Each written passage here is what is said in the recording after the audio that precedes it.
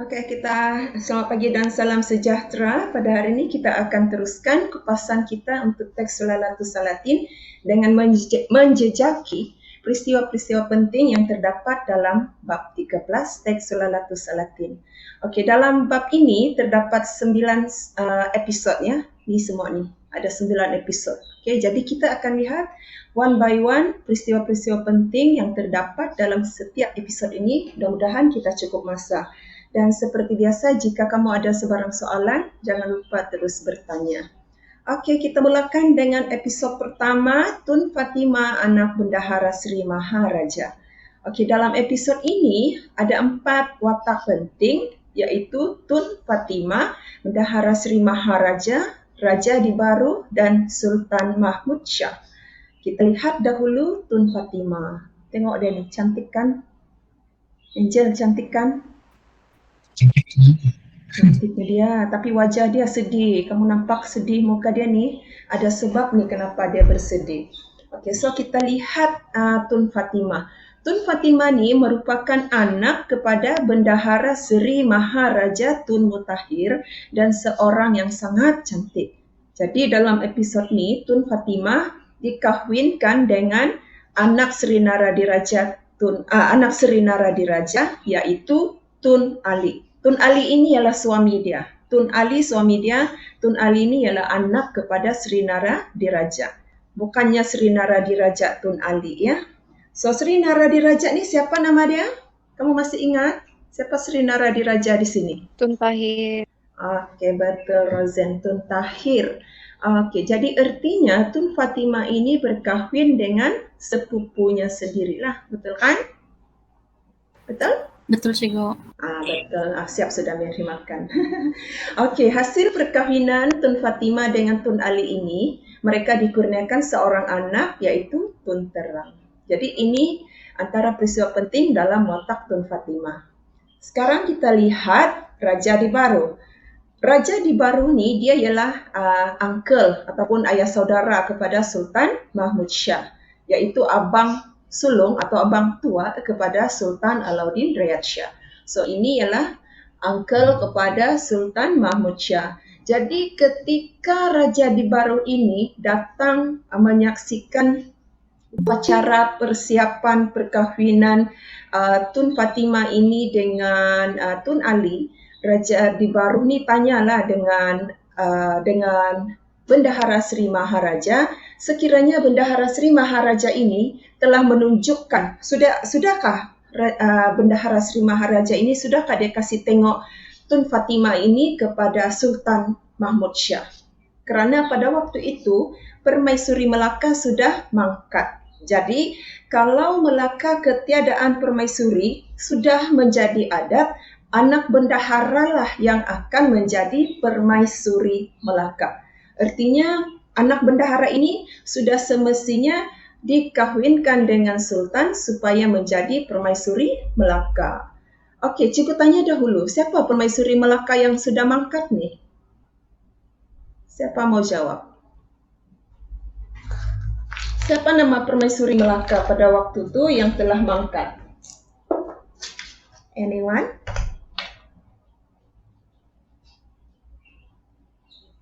Angel? Siapa? Siapa permaisuri sebelum ni? Abil, siapa Abil? Saya tahu, Cikgu. Tun Teja kah, Cikgu?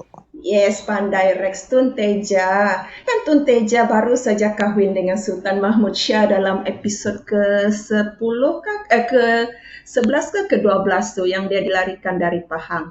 Betul Rex, tahniah. Pandai Rex. Okey, so kita teruskan. Tun Teja telah mangkat, jadi sudah semestinya Tun Fatimah inilah yang sepatutnya berkahwin dengan Sultan Mahmud Shah. Tapi apa yang terjadi, Bendahara Sri Maharaja mengatakan bahawa dia akan tetap mengahwinkan Tun Fatimah ini dengan Tun Ali. Okey, jadi ini kamu ingat ya, adat Melaka jika tiada permaisuri, anak bendahara jadi permaisuri. Boleh nampakkah slide cikgu dengan jelas? Boleh, Cikgu. Cikgu. Boleh, Cikgu. Okay, good. Okey, kemudian apa yang berlaku apabila perkahwinan Tun Fatimah dengan Tun Ali ini diteruskan, Sultan Mahmud pun datanglah untuk menyaksikan perkahwinan ini. Dan Tun Fatimah ni apabila dilihat oleh Sultan Mahmud Shah, nah di sanalah Sultan Mahmud Shah jatuh cinta dengan Tun Fatimah yang cantik ini. Sehingga kan Sultan Mahmud Shah pun tidak berkeliplah mata dia memandang Tun Fatimah. Dia terfall in love. Jadi Sultan ni pun berdendamlah dengan Sri Maharaja, Bendahara Sri Maharaja. Kerana Bendahara Sri Maharaja ni tidak kasih tunjuk Tun Fatimah ini kepada dia sebelum Tun Fatimah ini dikahwinkan dengan Tun Ali. Bermula dari detik itu, ini ingat ya, bermula dari detik itulah Sultan Mahmud Shah menaruh dendam kepada Bendahara Sri Maharaja. Sultan Mahmud Shah berdendam sangat dengan Bendahara Sri Maharaja kerana Bendahara tidak tunjukkan anak perempuan dia yang cantik tu kepada Sultan Mahmud Shah. Sedangkan Bendahara tahu Sultan Mahmud Shah sudah tiada permaisuri waktu tu dan sudah menjadi adat Melaka. Kalau Melaka tidak permaisuri, anak Bendahara akan jadi permaisuri. So, bila Sultan Mahmud Shah ni dia menaruh dendam kepada Bendahara Sri Maharaja, maka dia sentiasa mencari kesalahan Bendahara Sri Maharaja supaya dia boleh jatuhkan hukuman kepada Bendahara Sri Maharaja bagi membalas dendamnya kepada Sri Maharaja. Okey, boleh faham setakat ini untuk episod 1? Boleh, Cikgu.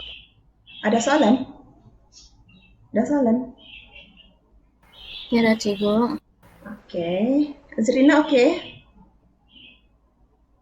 Okey, Cikgu. Okey, syukur. Adrian, faham kan ni betul? Dia tutup pula kamera dia. Diana okey, Diana? Adrian okey? Adrian? Okey. Diana okey? So, kalau okey, kita teruskanlah ya. Okey, Cikgu. Okey, syukur. Jadi tidak banyak peristiwa pun. Di sini yang penting kamu ingat, Tun Fatimah dikahwinkan oleh Sri Maharaja dengan Tun Ali. Walaupun telah dinasihatkan oleh Raja Dibaru agar jangan dulu kahwinkan Tun Fatimah ini dengan Tun Ali, tapi tunjukkan Tun Fatimah ini kepada Sultan Mahmud Shah kerana Sultan Mahmud Shah ketiadaan permaisuri pada waktu itu. Tapi Bendahara Sri Maharaja berdegil, dia kahwinkan sahaja Tun Fatimah dengan Tun Ali, menyebabkan Sultan Mahmud Shah berdendam kepada Bendahara Sri Maharaja. Okay, so sekarang kita lihat episod kedua. Ini kamu ingat ya, dendam ni sebab peristiwa ini ada rentetan kepada peristiwa pembunuhan Bendahara Sri Maharaja dalam episod yang berikutnya nanti. Okay, so sekarang kita lihat episod kedua, kekayaan Bendahara Sri Maharaja. So Bendahara Sri Maharaja ini seorang yang kaya. Okay, kekayaannya ini melebihi kekayaan Raja Mendelir. Siapa itu Raja Mendelir? Nama ni kamu mesti ingat dan simpan dalam ingatan kamu.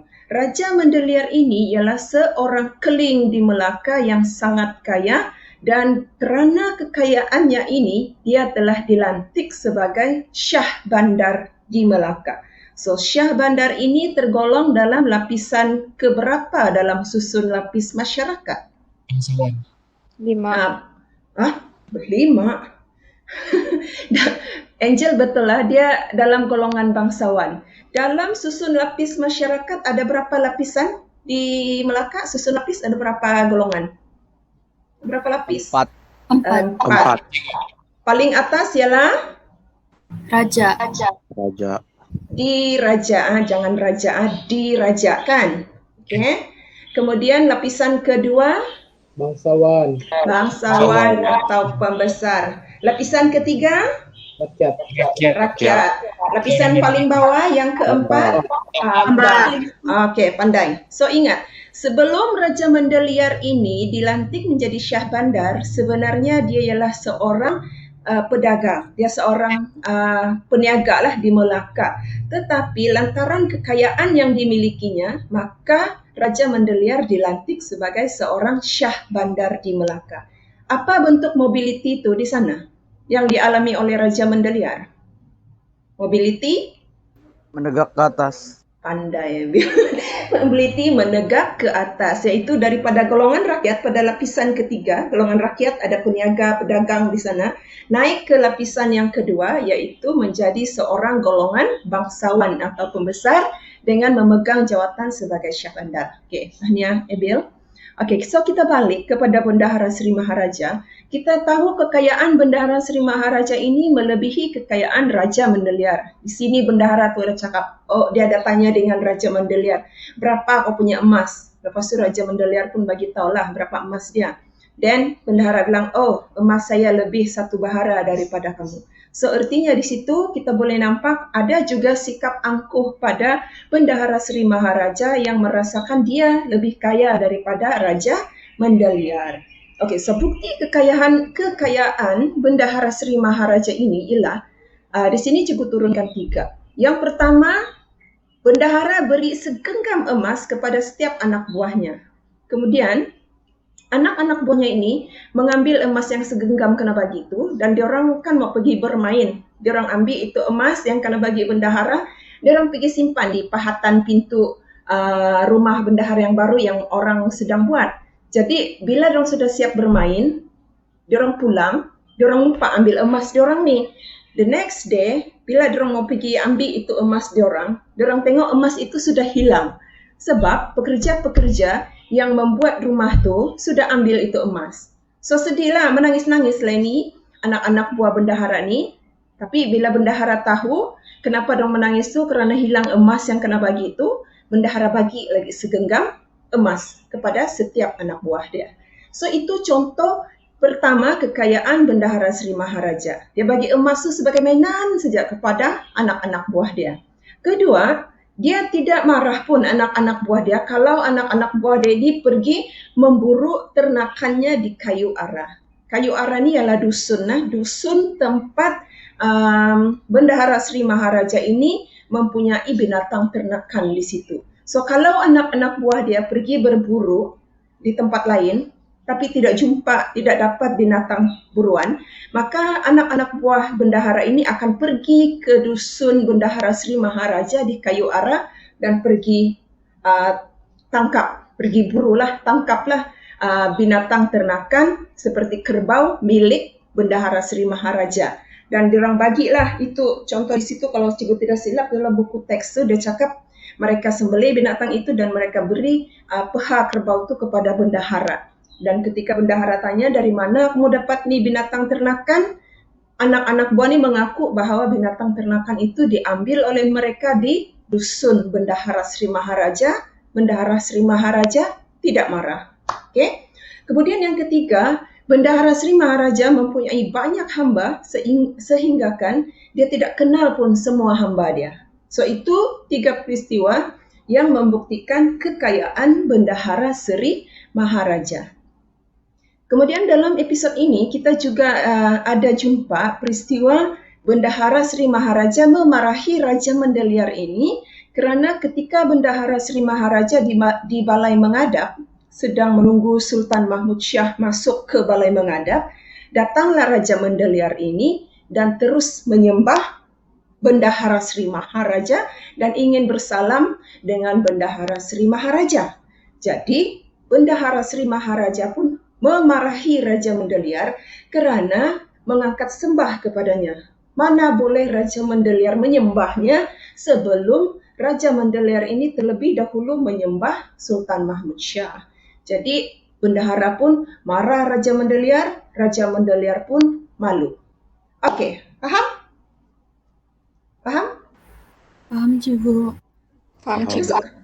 Tidak salah? Tidak salah? So far tiada cikgu. Cikgu harap kamu semua betul faham apa yang cikgu explain. Okay. Kalau tidak, cikgu takut ni. Okay, next. Episod 3, Tun Hasan cuba dibeli. Siapa tu Tun Hasan? Siapa tahu siapa Tun Hasan? Siapa? Temenggung. Anak siapa? Anak si Seri Maharaja. Pandai Rosen, anak Bendahara Seri Maharaja Tun Hasan ataupun Tun Hasan Temenggung. So di sini kita ada 2 watak, iaitu Ali Manunayan dan Tun Hasan Temenggung. So, siapa itu Ali Manunayan? Ali Manunayan ialah seorang saudagar kaya di Melaka. Dia saudagar kaya, macam si Raja Mendeliar tadi. Tapi kekayaannya tidaklah setanding dengan Raja Mendeliar. Kemudian Ali Manunayan ni, dia suka bagi hadiah kepada orang besar-besar yang datang ke rumah dia. Oleh sebab dia kaya, mana-mana orang besar yang datang rumah dia, dia akan bagi hadiah. Kecuali Tun Hasan Temenggung inilah yang tidak mahu datang ke rumah Ali Manunayan. So, apabila Ali Manunayan ni berjumpa dengan Tun Hasan Temenggung, dia pun suruhlah Tun Hasan Temenggung ini supaya datang ke rumahnya dan berjanji akan bagi 10 tahil emas kepada Tun Hasan Temenggung. Asal saja Tun Hasan Temenggung datang ke rumah dia, dia akan bagi 10 tahil. Adakah Tun Hasan Temenggung pergi ke rumah Ali Manunayan selepas tu? Adakah tidak? Dia datangkah dia tidak datang?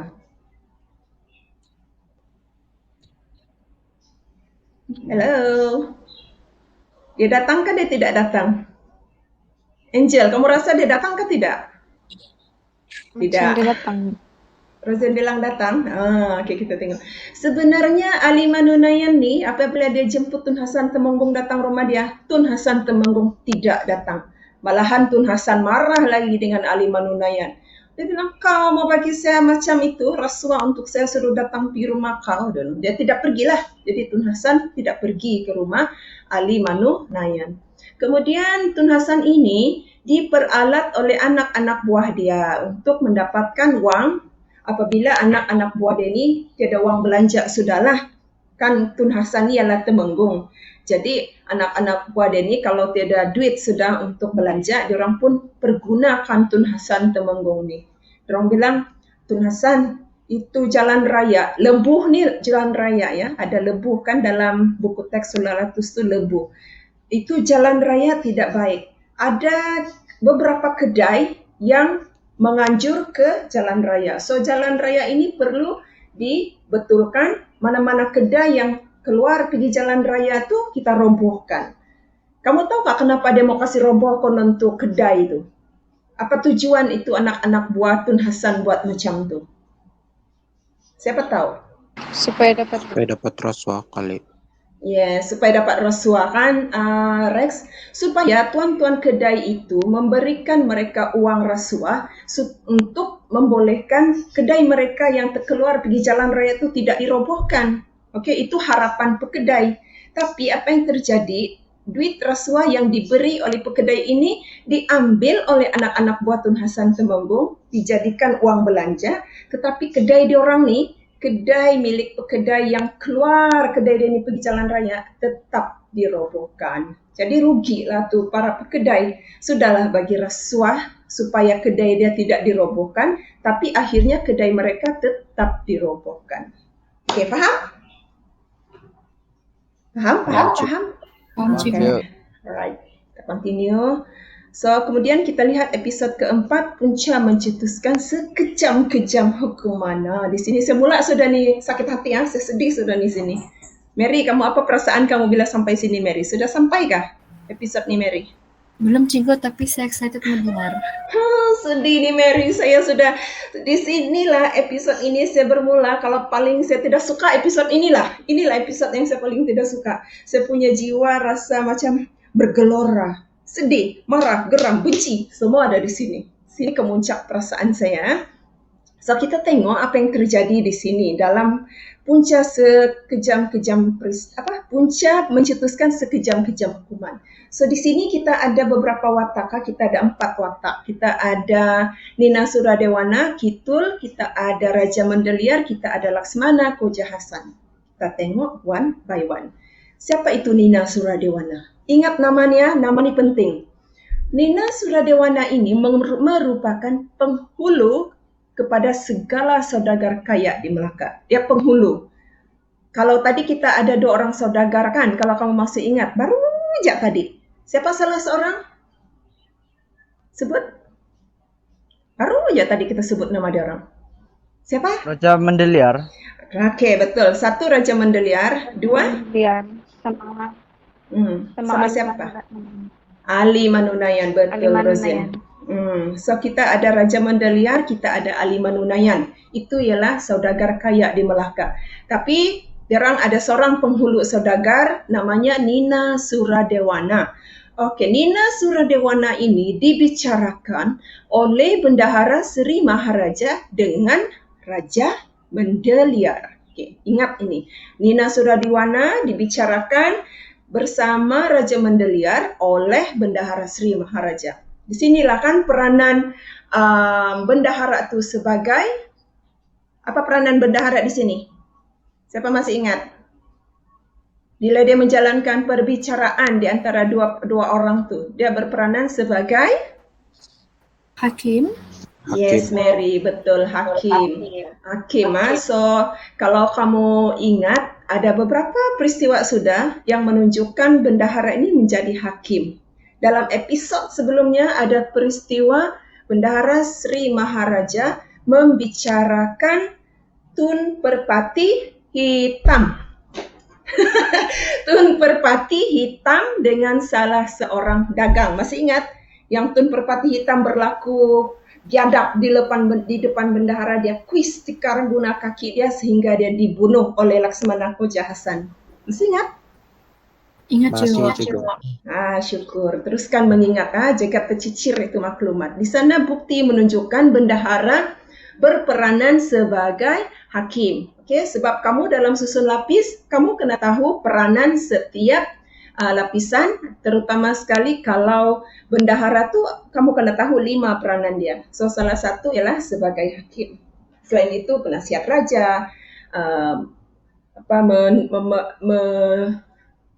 apalagi ketua angkatan perang, macam tu. Okay, so kita masuk ke sini, kita teruskan. Nina Suradewana, apabila dia dibicarakan oleh Bendahara Seri Maharaja dengan Raja Mandaliar, waktu tu sudah hampir malam, so Raja Mandaliar dan Nina Suradewana ini disuruh pulang oleh Bendahara Seri Maharaja supaya perbicaraan itu akan diteruskan pada esok hari. So bila Nina Suradewana ini pulang ke rumah, dia terfikir, bagus saya pergi beri rasuah kepada Bendahara Seri Maharaja supaya Bendahara Seri Maharaja ini akan kasih menang saya dalam perbicaraan bersama Raja Mandaliar. Jadi Nina Suradewana pun pergilah ke rumah bendahara dan beri rasuah kepada Bendahara Seri Maharaja, dan sepakatlah Nina Suradewana dan Bendahara Seri Maharaja ini agar Raja Mandaliar ini akan dijatuhkan hukuman bunuh. Okey, faham? Faham? Faham? Faham juga. Okey. Kemudian kita lihat watak Kitul. Okey, ini lucu nama ni, Kitul. So Kitul ini sebenarnya seorang keling yang merupakan keluarga kepada Nina Suradewana. Dia keluarga Nina Suradewana, tapi dia tikam Nina Suradewana ni dari belakang. Apa dia buat? Kitul ni pergi ke rumah Raja Mandaliar sebab Kitul ni ada hutang dengan Raja Mandaliar. So dia pun pergilah ke rumah Raja Mandaliar dan dia beritahu bahawa Nina Suradewana ini sudah berpakat dengan Bendahara Seri Maharaja untuk menjatuhkan hukuman bunuh kepada Raja Mandaliar, dan Nina Suradewana ini telah merasuah Bendahara Seri Maharaja.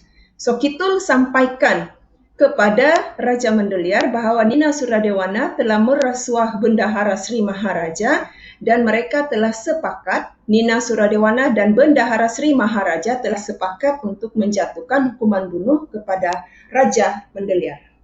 Okey, cikgu rasa faham kan Kitul ni? Faham ya? Ya, faham juga. Tidak soalan Mary? So far tidak juga. Okey, syukur, cuba teruskan. Okey, kemudian kita ada watak Raja Mandaliar.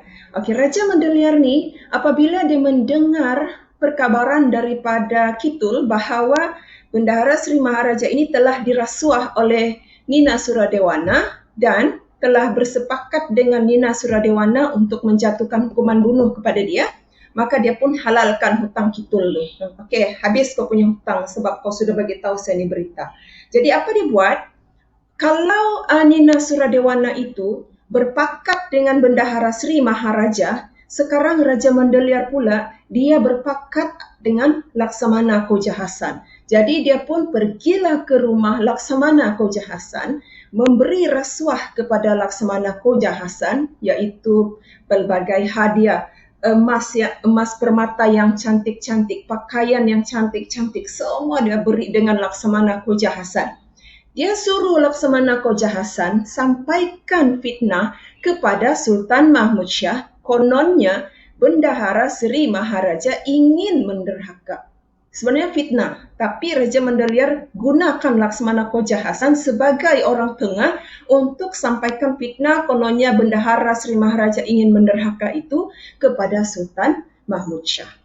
Jadi kononnya Raja Mandaliar bilang, kau kasih tahu Sultan Mahmud Shah, Bendahara Seri Maharaja ingin menderhaka, dia mau jadi raja di Melaka, dia sudah buat takhta kerajaan, dia sudah beli, dia sudah tempah ciu emas dan kaus emas. Jadi Laksamana Koja Hasan ini apabila dia melihat hadiah-hadiah rasuah yang diberi oleh Raja Mandaliar itu, maka dia pun sudah buta hati, buta mata. Terpengaruhlah dia dengan rasuah Raja Mandaliar, lalu dia pun menyampaikan fitnah daripada Raja Mandaliar itu kepada Sultan Mahmud Shah tanpa membuat siasatan terlebih dahulu. Faham? Paham cikgu. Tidak ada masalah. Okey saja. Okey saja. Cikgu, apa maksud dia yang Bendahara Seri Maharaja telah buat takhta kerajaan dan tempat ciu emas dan kaus emas? Takhta kerajaan tu artinya kalau dia buat takhta kerajaan tu dia ada takhta dia sendiri untuk dia duduk apabila dia jadi raja. Okey, kaus emas tu ialah kasut emas lah. Ciu ni kan bukan surat berapanya. Cuba kamu dah rujuk kan di glosari? Cikgu pun lupa rujuk apa itu kaus. Ciu. Kalau kaus itu kasut ya. Nanti kita rujuk baliklah apa itu ciu ya. Nanti kita terambil masa panjang, boleh? Boleh cikgu. Okay, thank you Mary. Ya, Intan. Cikgu, kalau macam Arzen. contohnya cikgu kan kalau kasih masuk dalam contoh bagian ni, Raja Mandaliar telah merasua Laksamana Koja Hasan kan cikgu. Kalau tidak sebut dalam example tu dia punya hadiah cikgu, kami cakap macam boleh. Memberi Cakap hadiah saja begitu cikgu. Beri rasuah saja bilang. Okey, tidak masalah. Boleh. Oh, okey cikgu. Okey, thank you. Ada lagi soalan lain? Cikgu, jadi maksudnya yang telah buat takhta kerajaan dan tempat ciu emas dan kaus emas ni itu ialah fitnah yang akan disampaikan oleh Laksamana kepada Sultan nanti. Betul. Itulah fitnah yang dibuat oleh Raja Mandaliar. Jahat Raja Mandaliar ni. Sebab dia takut nanti Bendahara Seri Maharaja kalau bicarakan dia kalahkan. Dia akan kena hukum bunuh kan. Jadi untuk selamatkan diri dia mesti fitnah Bendahara Seri Maharaja supaya perbicaraan itu tidak akan berjalan. Perbicaraan di antara Raja Mandaliar dengan Nina Suradewana tidak akan dijalankan. Sebab bendahara akan dihukum. Kenapa Raja Mandaliar pilih Laksamana Koja Hasan sebagai orang untuk sampaikan fitnah kepada Sultan Mahmud Shah? Kerana waktu itu, zaman itu, hubungan di antara Laksamana dengan Sultan Mahmud Shah sangat rapat. Diorang sangat rapat, very close. So Sultan akan dengar kata-kata Laksamana. Okey, terjawab? Okey, so kita teruskan next. Okey, ingat ini ya, fitnah Raja Mandaliar ini sebenarnya bertujuan untuk menyelamatkan dirinya daripada dibicarakan oleh Bendahara Seri Maharaja. Okay, so next kita pergi ke episod kelima, tamat riwayat 3 orang besar negara. So siapa 3 orang besar negara yang dibunuh ini? Mereka ialah Bendahara Seri Maharaja Tun Mutahir yang merupakan Bendahara Melaka, abangnya Sri Naradiraja yang merupakan penghulu bendahari, ini ialah Tun Tahir, dan anak Bendahara Seri Maharaja iaitu Tun Hasan Temenggung yang memegang jawatan sebagai bendahara. So inilah 3 orang besar yang dibunuh oleh Sultan Mahmud Shah selain suami Tun Fatimah iaitu Tun Ali. Okay, next kita pergi. Okey, kita lihat Sultan Mahmud Shah. Apabila Sultan Mahmud Shah ni diberitahu oleh Laksamana Koja Hasan, kononnya, bukan konon, bagi Sultan Mahmud ini betul, bahawa Bendahara Seri Maharaja ingin menderhaka, maka dia sangat happy. Sangat happy, macam kita mengantuk, kita kena bagi bantal, kita happy sebab kita akan tidur dengan lebih selesa. So Sultan Mahmud Shah happy bila dia diberitahu oleh Laksmana Khoja Hasan kononnya Bendahara Sri Maharaja ingin menderhaka. Kenapa dia happy? Sebab dia dari tadi di episod sebelum ni kita tahu Bendahara Sri Maharaja ini didendami oleh Sultan Mahmud Shah. Sultan ini berdendam dengan Bendahara Sri Maharaja kerana Sri Maharaja tidak menunjukkan Tun Fatimah kepadanya sebelum dikahwinkan dengan Tun Ali. Ingatkan yang tadi tu? Episod sebelum ni, ingat kan? Ya, Cikgu. Jadi dendam tu, Ya, Cikgu. dendam itulah yang menyebabkan Sultan Mahmud Shah sangat happy sebab dia sekarang sudah ada alasan untuk membunuh Bendahara Sri Maharaja. Adalah sebab dia untuk bunuh Bendahara dan dia berpeluang untuk balas dendamnya kepada Bendahara Sri Maharaja. Jadi Sultan Mahmud Shah pun utus Tun Suradiraja dan Tun Indra Segara untuk membunuh Bendahara Sri Maharaja. Aduh, sedih saya di sini. Okey, kemudian apa yang berlaku ialah Tun Hasan Temenggung, iaitu anak Bendahara Sri Maharaja, dia sebenarnya dia ingin melawan Tun Suradiraja dan Tun Indra Segara ini. Tetapi dia dilarang oleh Bendahara Sri Maharaja kerana tidak mahu Tun Hasan Temenggung ini menderhaka. Okay, sama seperti Tun Perak, anak dia Tun Besar dibunuh, anak-anak buah dia ingin membalas perbuatan Raja Muhammad, tetapi Tun Perak halang kerana Tun Perak tidak mahu anak-anak buah dia menjadi penderhaka. Sama seperti Tun Biajit, dia ingin bunuh Sultan Mahmud Shah yang ganggu isteri dia, tapi dia tidak juga buat kerana dia tidak mahu menjadi penderhaka. Jadi apabila Tun Hasan ini dilarang oleh ayahnya daripada melawan Tun Sura dan Tun Indra Segara, maka Tun Hasan Temenggung dan anak-anak buahnya pun membuanglah senjata dorang, tidak jadi lawan.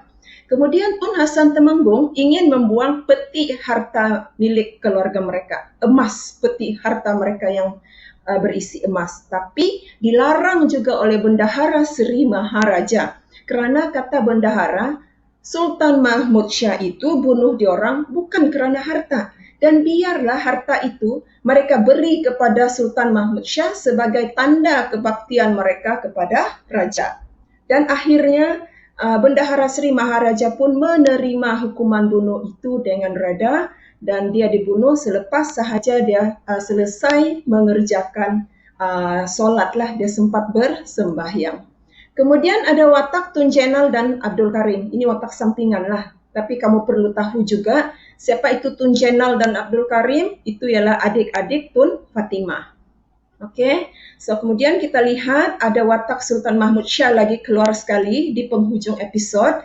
Di penghujung episod Sultan Mahmud Shah ni kawinlah dengan Tun Fatimah. Selepas dia bunuh Bendahara Sri Maharaja, Sri Naradiraja, Tun Hasan Temenggung dan Tun Ali, suami Tun Fatimah, Sultan Mahmud Shah ni pun kahwin dengan Tun Fatimah.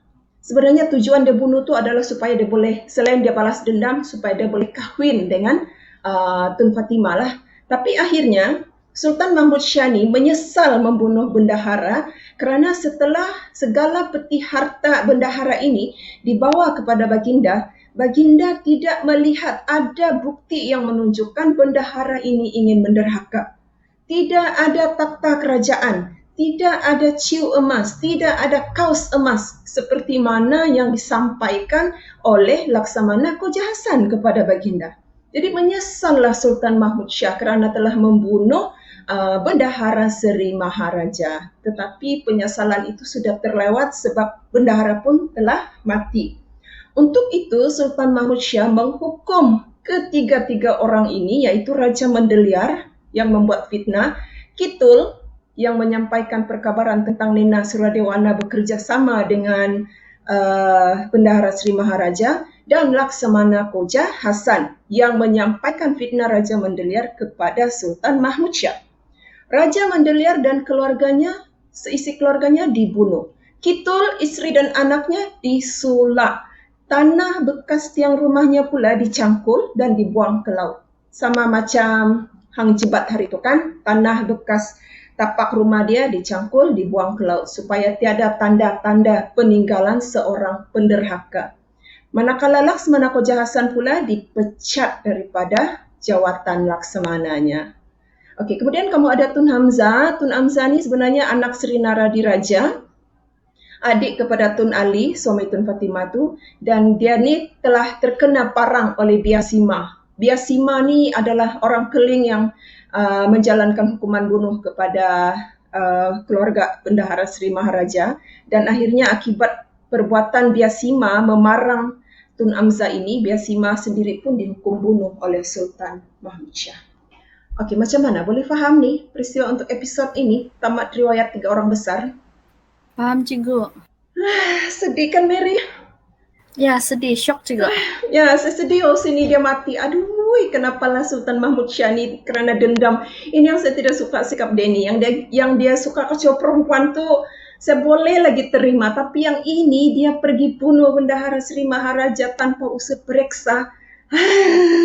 Inilah yang telah membuka Melaka kepada Melaka mudah dijajah, ditakluk oleh Perenggi. Sebab kalau kamu masih ingat, kan ada tu si Kapitan Mor pernah cakapkan dengan Alfonso di Albuquerque, selagi Bendahara Sri Maharaja masih hidup, sehebat manapun angkatan Perenggi tidak akan mampu mengalahkan Melaka. Kamu masih ingat? Masih ingat?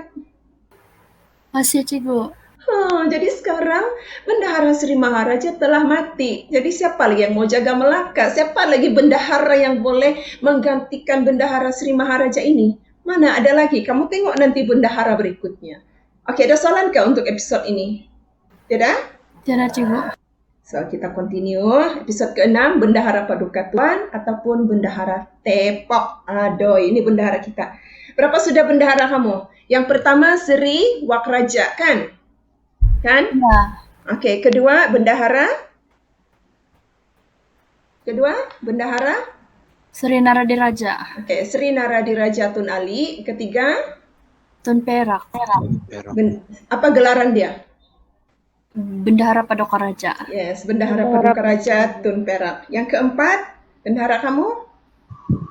Tun Merpati Putih. Okey, apa gelaran dia? Putih. Bendahara Putih. Betul. Yang kelima, bendahara kamu?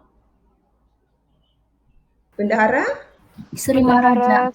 Okey, Sri Maharaja, namanya Tun Mutahir. Dan yang keenam, ini kamu punya bendahara. Bendahara Paduka Tuan ataupun Bendahara Tepok. Okey, siapa itu Bendahara Tepok ataupun Bendahara Paduka Tuan?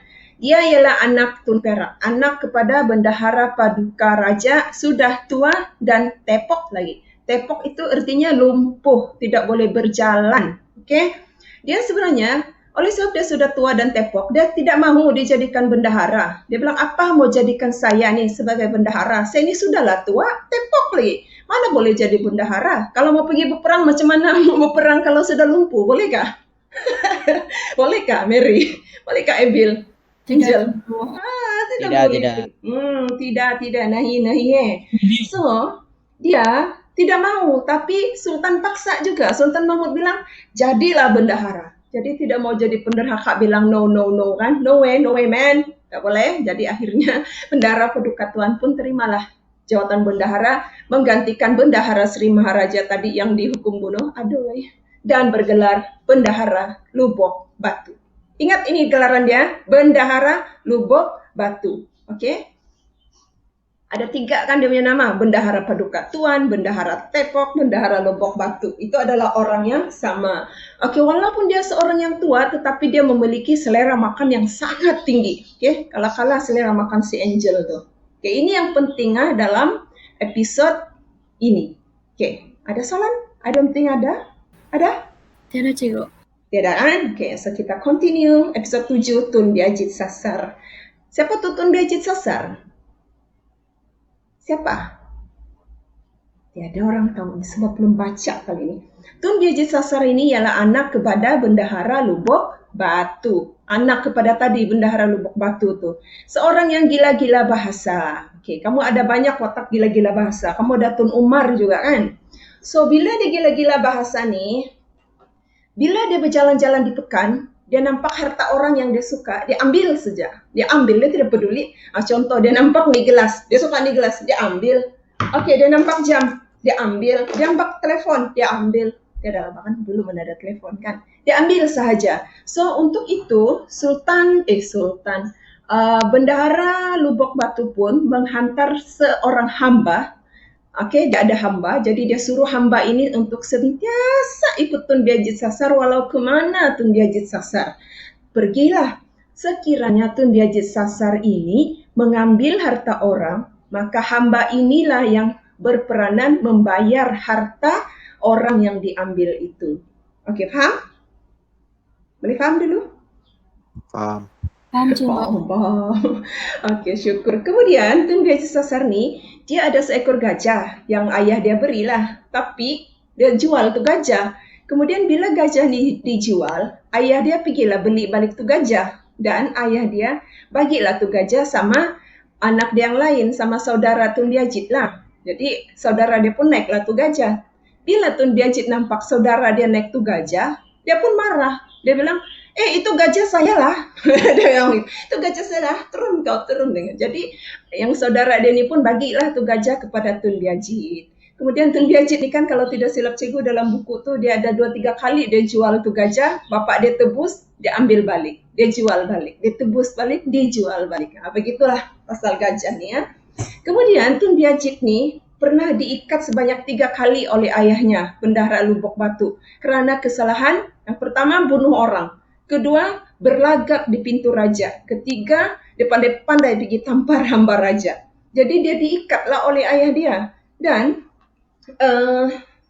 Bendahara Lubuk Batu ni, bila dia sudah ikat Tun Biajit ni, dia suruhlah Sri Wakrajani supaya hantar itu Tun Biajit kepada Sultan Mahmud Shah supaya Sultan Mahmud Shah bunuhlah Tun Biajit ini. Sebab Tun Biajit ini telah membuat kesalahan membunuh orang. Okay? Wajarlah dibunuh. Tapi apa yang terjadi?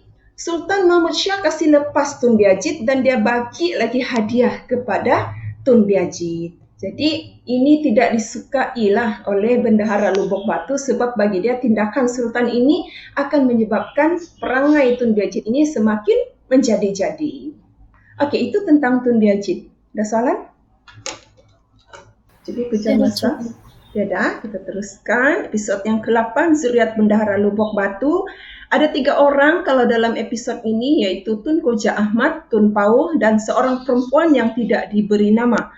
Okey, untuk keturunan Tun Koja Ahmad ini sebenarnya dari keturunan Tun Koja Ahmad inilah menjadi Bendahara Johor. Okey, yang menjadi Bendahara Johor dari keturunan Tun Koja Ahmad. Okey, saya rasa ini very simple di sini.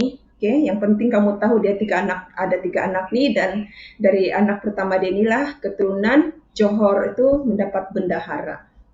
Okey, saya cikgu teruskan ke episod 9. Cikgu rasa ini episod terakhir.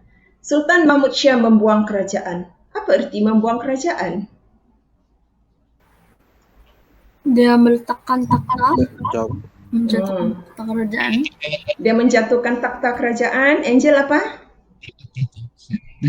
Angel? Apa Angel? Sebelum tadi. Saya dah dengar Angel. Apa dia? Letak jawatan sembilan. Letak jawatan. Okey, letak jawatan saya bilang. Saya tidak dengar yang kau bilang. Rex, apa dia Rex? Jawapan Rex tadi? Pension. Pension. Okey, zaman dulu ada pension kan? Okey, terima kasih. Jawapan tu di situ-situ lah tu.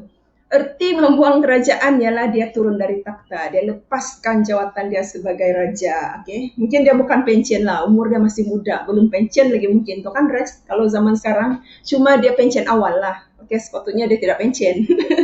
Okay, so Sultan Mahmud Shah membuang kerajaan. Kita lihat apa yang menyebabkan dia buang kerajaan. Bukan dia pergi buang tu takhta, Mary? Mary? Ya cikgu. Okay. Dia turun dari takhta, artinya dia melepaskan jawatan dia sebagai sultan.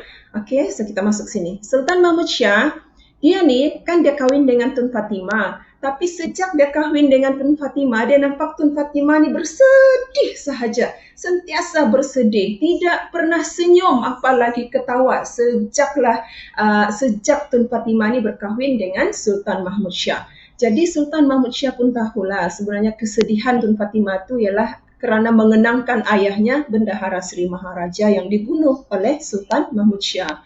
Jadi Sultan Mahmud Shah pun menyesallah bunuh Bendahara Sri Maharaja, lalu akibat kesesalannya ini ataupun keinsafannya ini membunuh Bendahara Sri Maharaja, maka Sultan Mahmud Shah pun turunlah dari takhta. Itu yang kita bilang membuang kerajaan.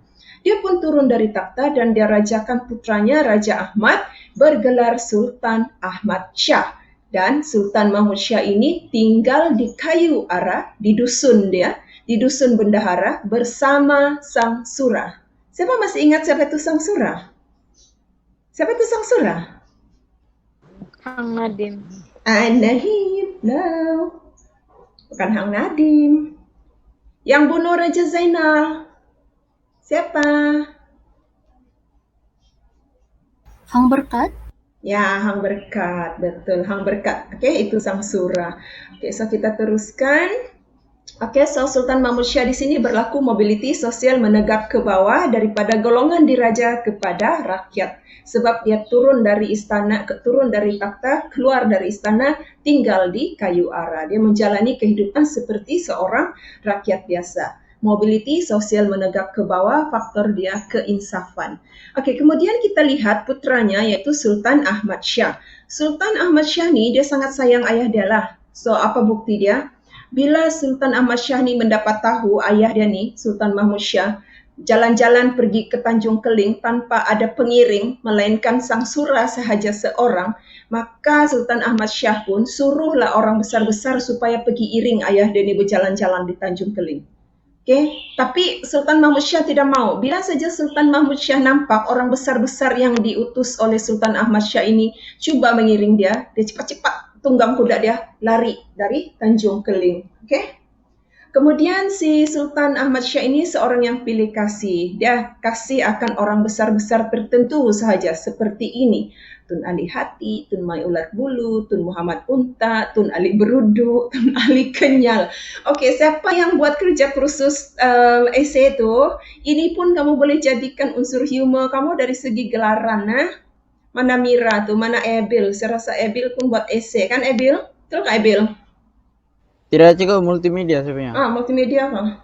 Okey, so untuk orang yang buat esei, di sini ada satu contoh unsur humor, iaitu unsur humor dari segi gelaran. Adakah nama Tun Ali Beruduk, Tun Ali Kenyal, Tun Mai Ulat Bulu? Okey, itu contohlah. Kemudian Sultan Ahmad Shah juga seorang yang mementingkan pendidikan ilmu agama. Buktinya dia belajar mengaji dengan Maulana Sadar Jahan, iaitu Sultan Ahmad Shah. Sekarang kita lihat Tun Fatimah. Tun Fatimah ini permaisuri Sultan Mahmud Shah yang sangat dikasihi Sultan Mahmud Shah, tetapi sentiasa bersedih setelah kematian ayahnya. Dia tidak pernah senyum, apalagi tertawa selepas sahaja sejak dia berkahwin dengan Sultan Mahmud Shah. Dia tidak pernah senyum, dia tidak pernah ketawa. Dan satu lagi, setiap kali Tun Fatimah ini mengandung, dia akan gugurkan kandungan dia.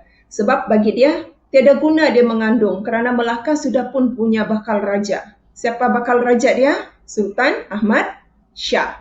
Jadi Sultan Mansur Shah bilang, kau jangan lagi kasih gugur kau punya kandungan selepas ini. Kalau anak tu yang lahir tu lelaki, saya janji saya akan jadikan raja. Jadi Tun Fatimah pun bersetuju, lalu dia pun tidaklah gugurkan kandungan dia selepas itu, dan dia pun melahirkan 2 orang anak perempuan dinamai Raja Putih dan Raja Khadijah. Okay, ada soalan? Tiada cikgu. Itu ayam pun jawabkan Mary, tiada cikgu dia bilang kan Mary? Ya. Okey, kalau tiada daripada cikgu pun selesai. Ini sekarang katakan pada KMK. Okey, so dari cikgu selesai. Untuk itu sekian saja dulu untuk kelas kita pada hari ini. Okey.